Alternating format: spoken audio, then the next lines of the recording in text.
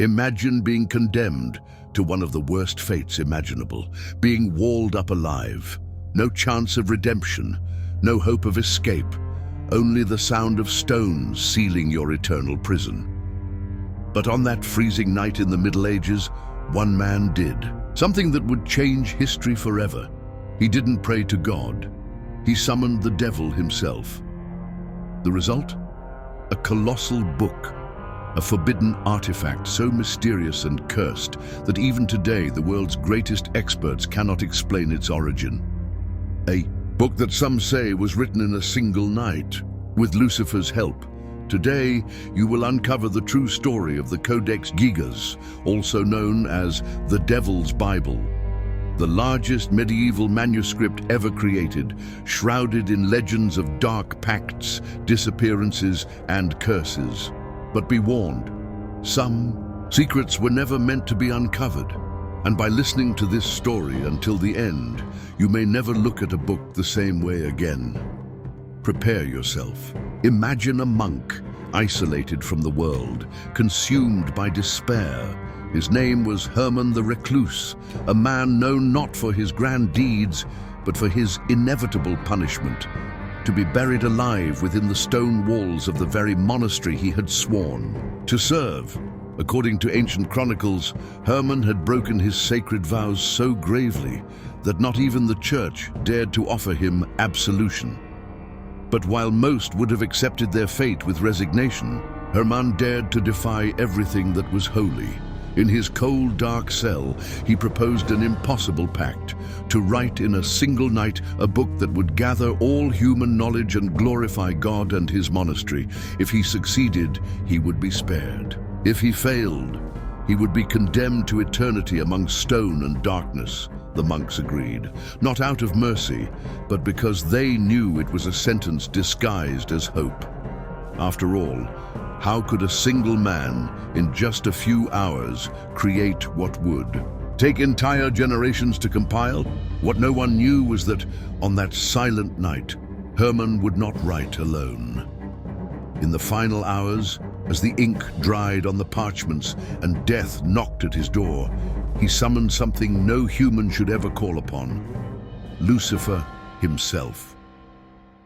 The Codex Gigas was born out of despair, but it was also born of a dark pact, and the signature of that agreement, it remains imprinted on its pages to this very day. But the story is only just beginning. In that frozen cell, surrounded by the certainty of death, Herman did not pray to the saints. He did not beg the heavens for mercy. He did the unthinkable. On his knees, in the midst of shadows, the monk whispered a forbidden prayer, an ancient invocation buried deep within the darkest corners of Christian folklore. And according to legend, the devil answered, not with thunder or fiery apparitions, but with a silent promise: give me your soul, and I will grant you the knowledge you seek. On that forgotten night, Herman accepted. In exchange for his soul, his hands were guided by a force that seemed to know all the secrets of creation. Every word, every symbol, every illustration flowed perfectly onto the animal skin pages, and when the first ray of sunlight pierced through the cell, the Codex Gigas was complete. But doubt still lingers. Was it truly a dark pact that gave birth to the book? Or is the story of the Codex Gigas merely an attempt to explain the impossible?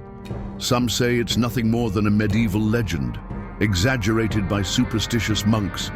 Others, however, claim there are historical records and markings within the book itself that confirm the presence of evil. What no one can deny is that the Codex Gigas carries something beyond human comprehension. And to better understand this mystery, we must turn to the next piece of the puzzle. How could a single man have created the most impossible book in history? When the Codex Gigas was finally discovered, centuries later, scholars and religious figures were shocked. It was not just a book, it was a monster of knowledge. Measuring 91 centimeters in height, 50 centimeters in width, and weighing over 74 kilograms. The manuscript seemed like something even an army of monks could not have produced in just a few years, let alone in a single night. Each page was made of vellum, finely treated animal skins. It is estimated that over 160 donkeys were required to provide enough material. And even more disturbing, all the writing from beginning to end appeared to have been done by the same hand. No pauses, no changes in mood, no signs of aging or fatigue. It was as if the author had written it all in a single breath, never once stopping to rest. Modern experts attempted to recreate the writing pace and reached a chilling conclusion. An ordinary human being would take between 20 and 30 years of continuous work to complete such a masterpiece. And yet, in the Codex Gigas, there are no mistakes, no regrets, no hesitation. How could this be possible? The official explanation stumbles upon rational possibilities, but those who look closer feel that there is something far darker engraved within the lines of the book, something that cannot be explained with logic alone. And perhaps the strongest clue about the Codex's dark origin lies in a terrifying image hidden among its pages, the portrait of the devil himself. That image, a monstrous, distorted face with penetrating eyes that seem to gaze not only at those who look upon it, but at the very soul of anyone who draws near. Amid so many pages of wisdom, sacred stories, and hidden knowledge, a drawing stands out, a vast sketch in all its grotesque glory, Lucifer himself. But what makes this portrait so special? And why was it placed there at the heart of the Codex Gigas? Some believe this is not just any portrait. Could it be the testimony of a pact, the signature of an alliance between man and the forces of darkness? Or perhaps a visual representation of the price paid for defying God? Either way, what is known is that the drawing is imbued with a sinister energy, a fixed, unsettling gaze that continues to disturb anyone who stares at it. But curiously, the devil is not the only mysterious being to appear in the Codex. On the page following his depiction, we find something that seems like a celestial counterpoint, a glorious vision of the heavenly city with angels, light, and an ethereal perfection. What does this mean? It's almost as if Hermann, the recluse monk, left his own mark in the book, a reminder of the dual path he had chosen, evil, represented by Lucifer, and good, symbolized by the heavenly city. Why would a monk, on his deathbed, condemned to oblivion, choose to draw such a line between good and evil in his greatest work? Was he truly issuing a warning? Or was it a provocation to God himself? The only thing we know is that this image has become one of the reasons why the Codex Gigas is treated as a forbidden book. And perhaps this is where the real question begins to emerge. What else does the Codex hide? Within the golden pages of the Codex Gigas, it's not just the written word that comes to life. The spells do as well. The book is not merely a collection of stories or biblical passages. Within its ancient leather-bound pages, you will find enchantments, invocations, and rituals, some for healing, others for exorcism, and still others for summoning. Yes, you read that correctly. The Codex Gigas contains spells that supposedly allow someone to summon the devil himself, detailed rituals, passages that reveal formulas for contacting dark forces. But here's the most disturbing part of all. These spells were not created to bring salvation. On the contrary, they were made to protect mortals from evil, protection against Lucifer himself, because somewhere between the lines of the book, it is clear. Hermann did not only make a pact with the devil, but he feared his presence until the end of his days. So what did he do? He left instructions, how to exorcise the Prince of Darkness, how to prevent him from dominating the hearts and minds of the unwary, how to undo the evil he himself had invoked. But as the story of the Codex Gigas veers increasingly into the supernatural, deeper questions arise. Were these spells merely precautions to prevent evil from taking form? Or perhaps Herman had something more in mind, a defense for those who would come after him, or even a way to protect his own soul after the end of his journey. The truth is that the spells within the Codex Gigas are a disturbing reminder that, even in the darkest times, there were those who tried to master evil before it consumed them. But does the Codex truly contain all that it claims to know? Or are there even more sinister things hidden in the pages that have been removed over time? The answer to this takes us to a vital part of the story that still challenges understanding: the lost pages. Within the golden pages of the Codex Gigas, it's not just the written word that comes to life, the spells do as well. The book is not merely a collection of stories or biblical passages. Within its ancient leather-bound pages, you will find enchantments, invocations, and rituals, some for healing, others for exorcism, and still others for summoning. Yes, you read that correctly. The Codex Gigas contains spells that supposedly allow someone to summon the devil himself. Detailed rituals, passages that reveal formulas for contacting dark forces. But here's the most disturbing part of all. These spells were not created to bring salvation. On the contrary, they were made to protect mortals from evil, protection against Lucifer himself, because somewhere between the lines of the book, it is clear. Herman did not only make a pact with the devil, but he feared his presence until the end of his days. So, what did he do? He left instructions: how to exorcise the Prince of Darkness, how to prevent him from dominating the hearts and minds of the unwary, how to undo the evil he himself had invoked. But as the story of the Codex Gigas veers increasingly into the supernatural, deeper questions arise. Were these spells merely precautions to prevent evil from taking form? Or perhaps Herman had something more in mind, a defense for those who would come after him, or even a way to protect his own soul after the end of his journey. The truth is that the spells within the Codex Gigas are a disturbing reminder that even in the darkest times there were those who tried to master evil before it consumed them. But does the Codex truly contain all that it claims to know? Or are there even more sinister things hidden in the pages that have been removed over time? The answer to this takes us to a vital part of the story that still challenges understanding: the lost pages. It's not just the content of the Codex Gigas that is frightening.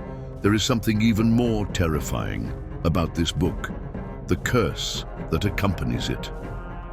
Since its discovery, the Codex seems to have marked the lives of everyone who came into contact with it. Those who dared to touch it, possess it, or study it could not escape a tragic and relentless fate. The first major tragedy occurred in 1697, when the Codex Gigas was stored in the Stockholm castle. The castle caught fire, and in the chaos of the flames, the book was thrown out of a window, falling onto the head of a vicar. The victim survived, but the scene was so bizarre that it soon became associated with the curse of the book. Was the fall of the Codex a sign of what was to come? As the years passed, other strange incidents followed. In 1851, when the book was transferred to the National Library of Sweden, the Codex became involved in a series of inexplicable accidents. Documents mysteriously vanished. People were injured while handling the book. Strange diseases and disasters began to follow those who spent too much time near it. But the story doesn't end there. The rumors that those who possess the Codex Gigas are doomed are not just urban legends. When it was brought to the Stockholm Library, many said that the city seemed to be under the shadow of a curse, where even the simplest events were far from ordinary. Accidents, deaths, mysterious illnesses, all of this became part of the web that spun around the Codex.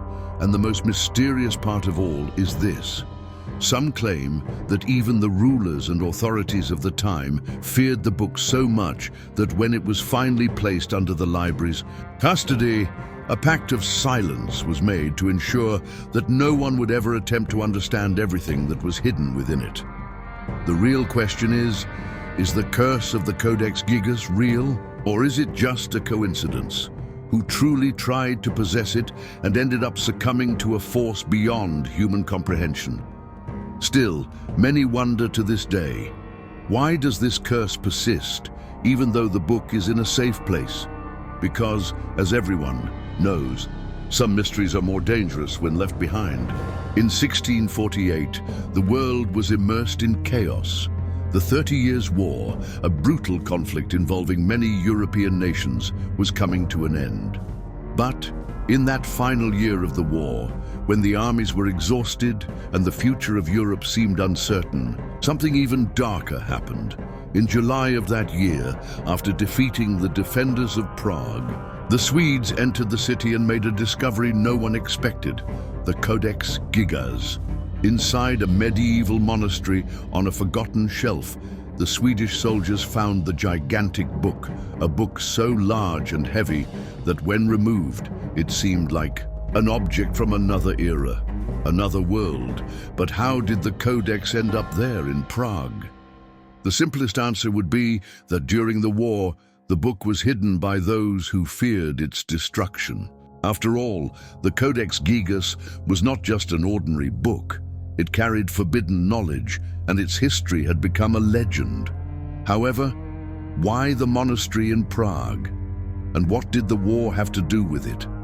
Over the years, some theories have arisen, suggesting that the Codex was used in secret rituals, taking advantage of the turmoil of war and the struggle for religious power in the region. Could it be that the book was used as an artifact of control, manipulating the forces of evil to influence the outcomes of the war?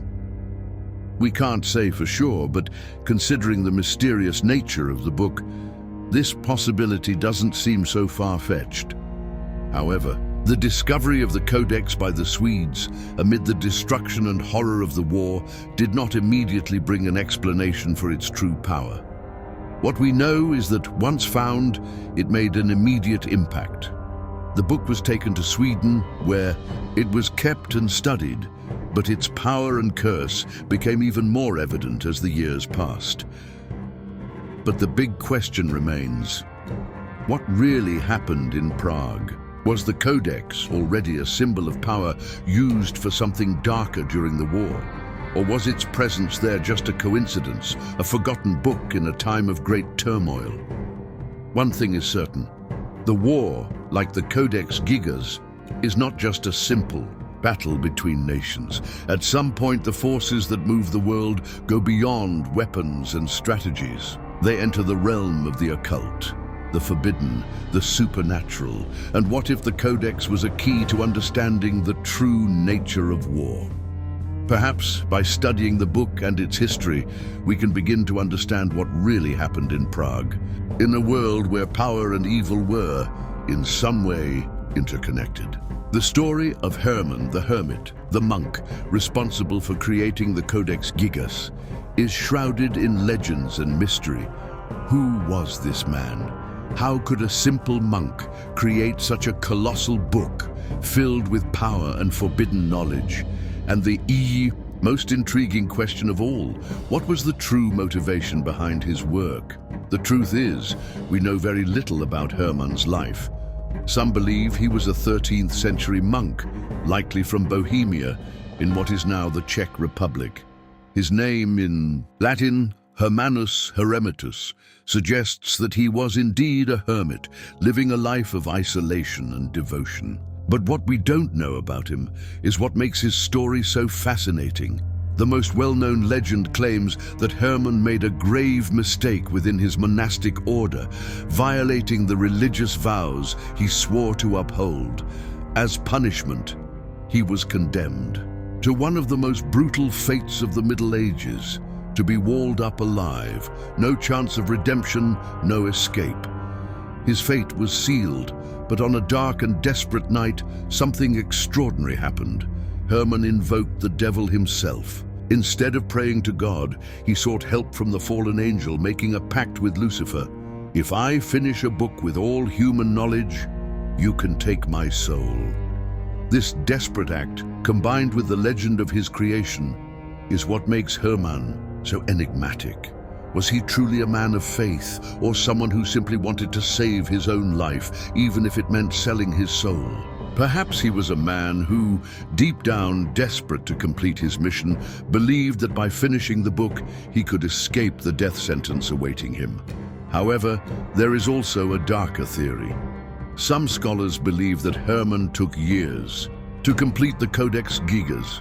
He may have worked on the book throughout his life, perhaps spending decades filling the pages with arcane knowledge, detailing biblical stories, medicine, magic, and witchcraft. So instead of being a simple monk forced to write a book in one night, he would be someone who, over the course of his life, accumulated vast knowledge of the world, the spiritual and the diabolical.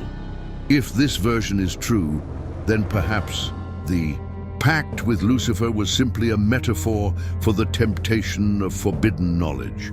The truth about Herman is almost impossible to uncover. But one thing is certain. His story is not just that of an ordinary monk. It is the story of a man who, in search of salvation, became involved in something much greater, something that to him seemed to be the only way to escape the claws of death. And the Codex Gigas, with its illustration of the devil and forbidden spells, is not just a book. It is the reflection of his soul, marked by the choice he made. But did he truly pay the price? Or was the book just the beginning of something even darker?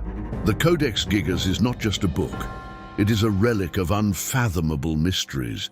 With its 320 pages made of animal hide, its terrifying illustrations, and content that blends the Bible with forbidden knowledge, it represents a point of convergence between the divine and the diabolical. But what does it really teach us? What at its core does the Codex Gigas reveal about human nature, forbidden knowledge, and the power of dark forces? First and foremost, the Codex Gigas confronts us with the idea that knowledge, in its purest and most powerful form, comes at a price. Is absolute knowledge worth pursuing if it can lead us down a path of destruction? Herman's pact with the devil is a symbol of the eternal human dilemma, the desire to attain knowledge, but at the cost of morality, the soul, and one's very existence. The illustration of the devil within the pages of the Codex is not merely an artistic whim. It is a warning, a reminder that the line between light and darkness is thin, and the desire for power, or to understand the mysteries of the universe, can lead us to lose everything. The mix of medicine, history, religion, and witchcraft in the Codex Gigas is a reflection of how, throughout history, the occult has always walked hand in hand with knowledge and power. People of the past did not see a clear separation between science, magic, and religion. Everything was interconnected, and the quest for answers often led them into dangerous territories. Why was the Codex, with its many spells, rituals, and invocations of supernatural forces, created? Was it a guide for protection against evil, or a manual on how to summon and control the devil? This leads us to reflect on how much the occult has shaped civilizations, and how, even today, in many places, the mystery and fear of the unknown still haunt us. Over the centuries, the Codex Gigas has withstood the test of time, surviving wars, fires, and attempts at destruction. It remains alive not only as a historical artifact, but as a symbol of resistance and mysterious power. The way it was created, its content and its history of survival have influenced not only scholars, but also artists, filmmakers, and writers who explore the boundaries between the known and the forbidden. Today, the Codex Gigas is kept at the National Library of Sweden, where it continues to attract thousands of visitors. Its legacy is incorruptible, remaining an enigma for humanity. It is more than just a book. It is a window into a world that many still seek to understand, a world where good and evil, faith and doubt, meet in an eternal dance. But what happens to the Codex Gigas today? In a world saturated with information, power and knowledge are more accessible than ever. But are we truly ready to handle all the power that this knowledge brings? The internet, technological advancements, and new horizons of knowledge are pushing us further into unknown areas. And the Codex Gigas, with its aura of mystery and danger, seems to reflect our own relentless quest for something beyond our understanding. Throughout history, civilizations have always sought answers, but they have also always encountered taboos and prohibitions. The Codex Gigas remains a key to those taboos, a reminder that not all knowledge is meant to be accessed, and that the forces surrounding it may be more than we are able to control. The Codex Gigas, the largest medieval manuscript of all time, continues to challenge our conceptions of the divine, the diabolical, and hidden knowledge. And perhaps that is exactly what it wanted, to awaken in us the desire to explore the unknown, while also warning us about the dangers that may arise from trying to understand too much. Now, when you look at any book, you will never be the same. The Codex Gigas reminds us that some mysteries should never be unraveled, and some pacts, once made, can never be undone.